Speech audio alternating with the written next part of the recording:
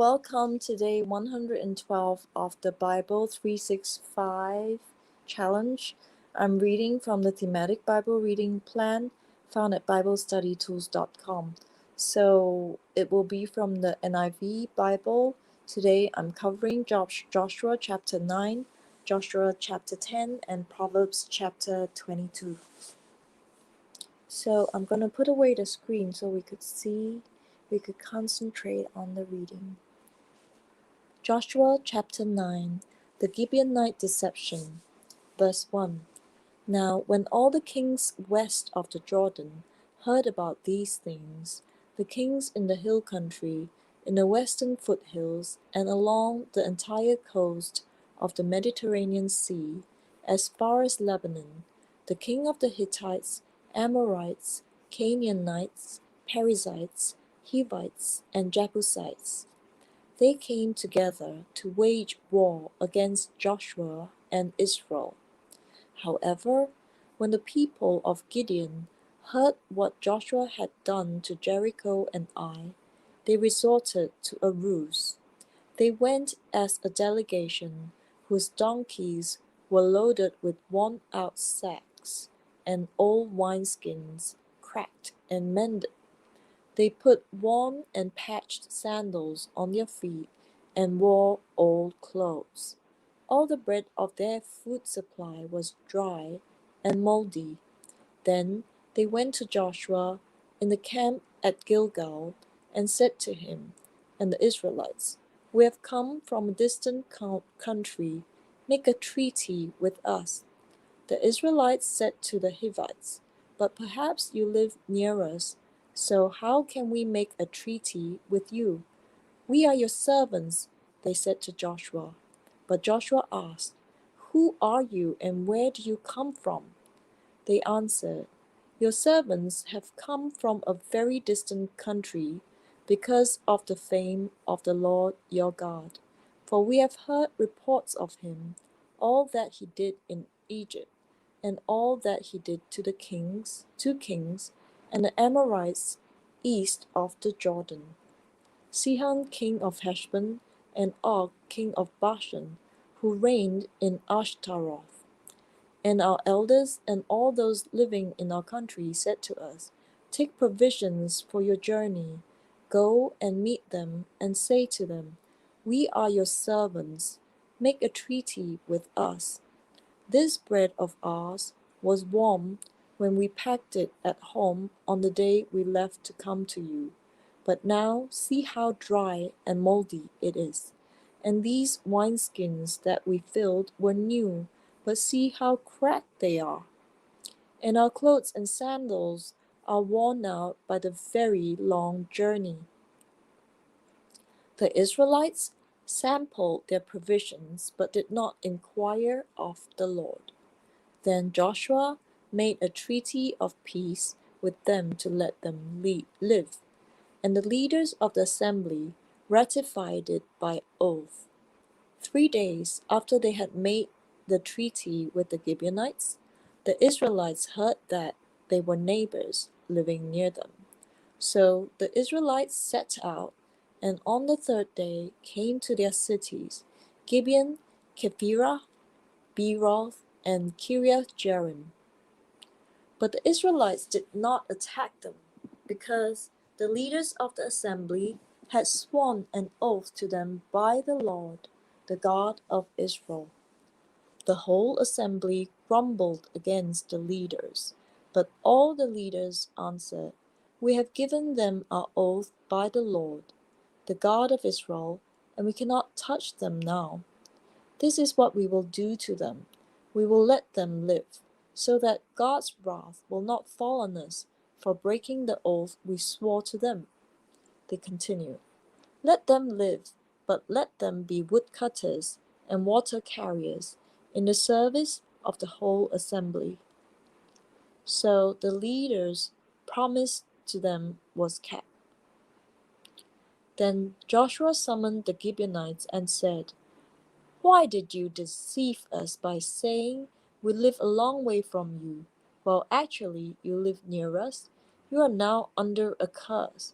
You will never be released from service as woodcutters and water carriers for the house of my God." They answered Joshua, "Your servants were clearly told how the Lord your God had commanded his servant Moses to give you the whole land and to wipe out all its inhabitants from before you. So we feared from our lives because of you, and that is why we did this. We are now in your hands. Do to us whatever seems good and right to you." So Joshua saved them from the Israelites, and they did not kill them. That day he made the Gibeonites woodcutters and water carriers for the assembly, to provide for the needs of the altar of the Lord at the place the Lord would choose, and that is what they are to this day. Joshua chapter 10. The sun stands still. Verse 1. Now Adonizedek, king of Jerusalem, heard that Joshua had taken Ai and totally destroyed it, doing to Ai and its king as he had done to Jericho and its king, and that the people of Gibeon had made a treaty of peace with Israel and had become their allies. He and his people were very much alarmed at this, because Gibeon was an important city, like one of the royal cities.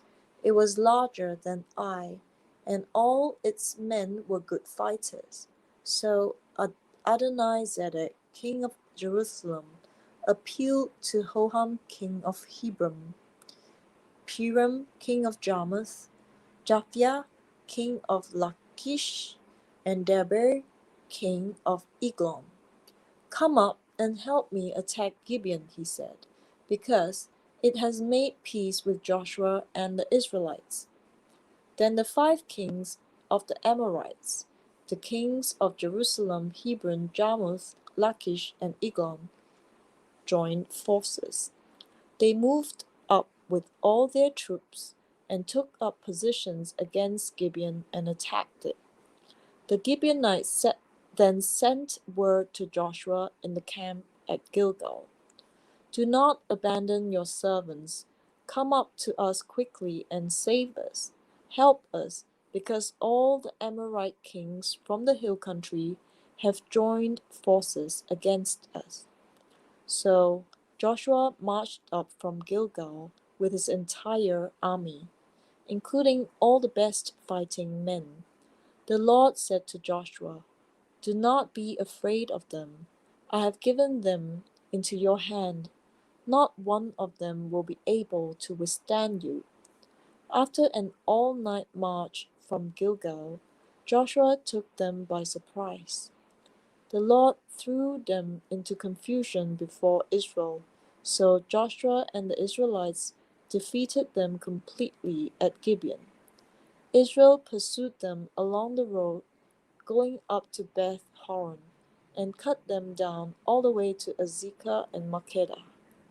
As they fled before Israel on the road down from Beth Horon to Azekah, the Lord hurled large hailstones down from them, and more of them died from the hail than were killed by the swords of the Israelites. On the day the Lord gave the Amorites over to Israel, Joshua said to the Lord in the presence of Israel, "Sun, stand still over Gibeon, and you, moon, over the valley of Aijalon." So the sun stood still, and the moon stopped, till the nation avenged itself on its enemies, as it is written in the book of Joshua. The sun stopped in the middle of the sky, and delayed going down about a full day. There has never been a day like it before or since, a day when the Lord listened to a human being. Surely the Lord was fighting for Israel. Then Joshua returned with all Israel to the camp at Gilgal. 5 Amorite kings killed. Verse 16. Now the 5 kings had fled, and hidden in the cave at Makkedah. When Joshua was told that the 5 kings had been found hiding in the cave at Makkedah, he said, "Roll large rocks up to the mouth of the cave, and post some men there to guard it. But don't stop. Pursue your enemies. Attack them from the rear, and don't let them reach their cities. For the Lord your God has given them into your hand." So Joshua and the Israelites defeated them completely, but a few survivors managed to reach their fortified cities. The whole army then returned safely to Joshua in the camp at Makkedah, and no one uttered a word against the Israelites. Joshua said, "Open the mouth of the cave, and bring those 5 kings out to me."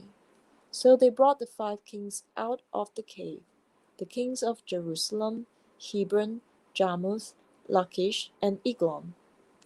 When they had brought these kings to Joshua, he summoned all the men of Israel and said to the army commander who had come with them, "Come here and put your feet on the necks of these kings."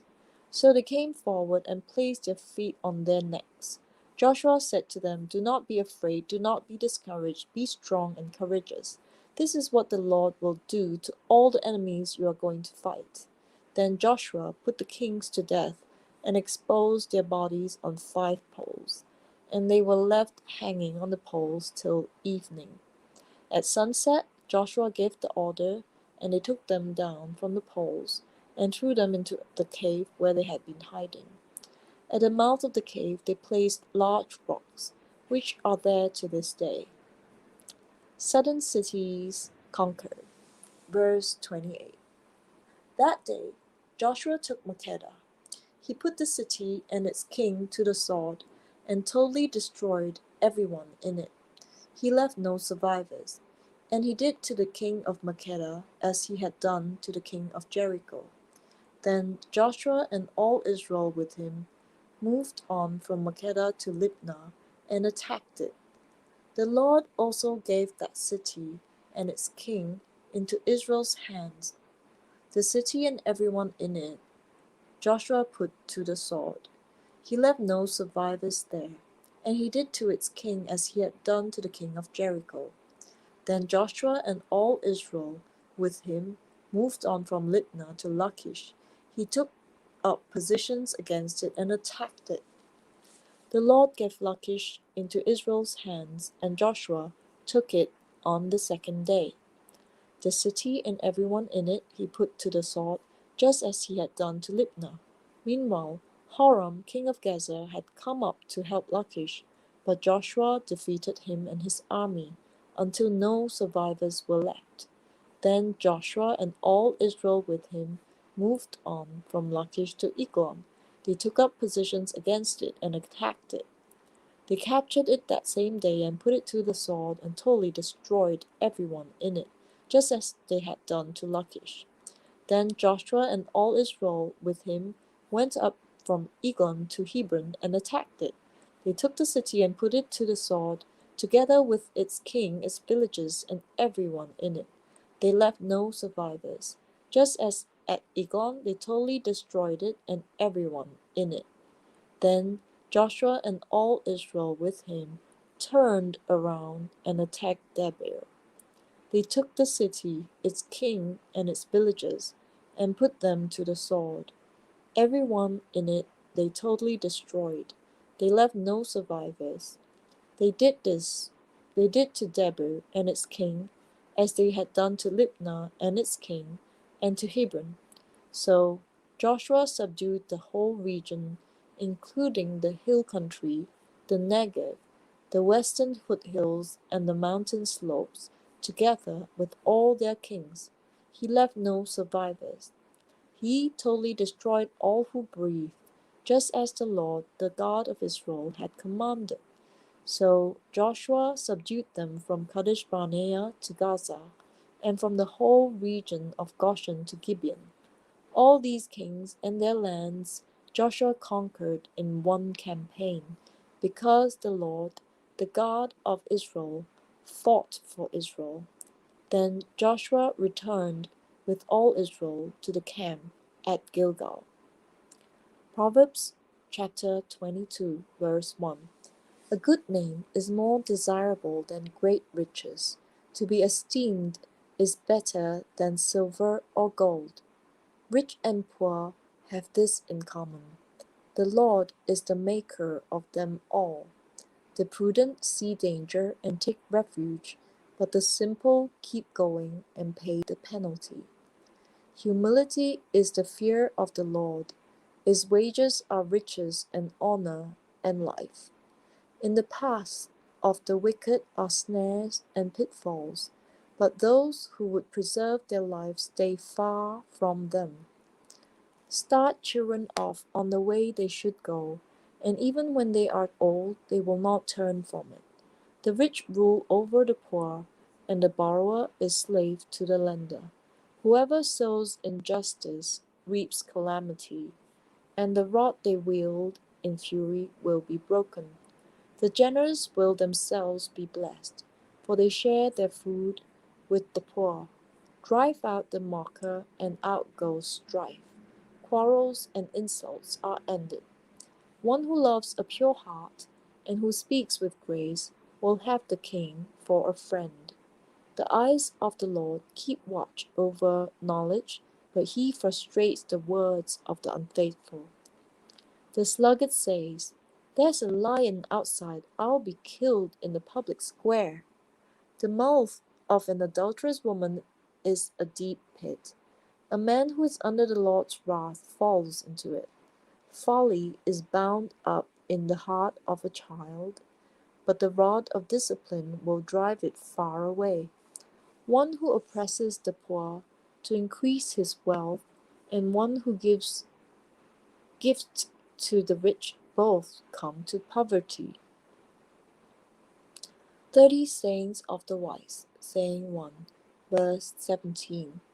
Pay attention to and turn your ear to the sayings of the wise. Apply your heart to what I teach, for it is pleasing when you keep them in your heart, have all of them ready on your lips, so that your trust may be in the Lord. I teach you today, even you. Have I not written 30 sayings for you, sayings of counsel and knowledge, teaching you to be honest and to speak the truth, so that you bring back truthful reports to those you serve? Saying 2, verse 22. Do not exploit the poor because they are poor, and do not crush the needy in court. For the Lord will take up their case and will exact life for life. Saying 3, verse 24. Do not make friends with a hot-tempered person. Do not associate with one easily angered, or you may learn their ways and get yourself ensnared. Saying 4, verse 26. Do not be one who shakes hands in pledge or puts up security for debts. If you lack the means to pay, your very bed will be snatched from under you. Saying 5, verse 28. Do not move an ancient boundary stone set up by your ancestors. Saying 6, verse 29. Do you see someone skilled at their work? They will serve before kings. They will not serve before officials of low rank.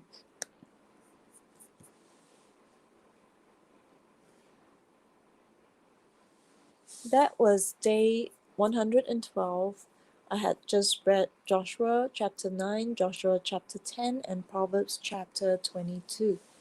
See you on day 113.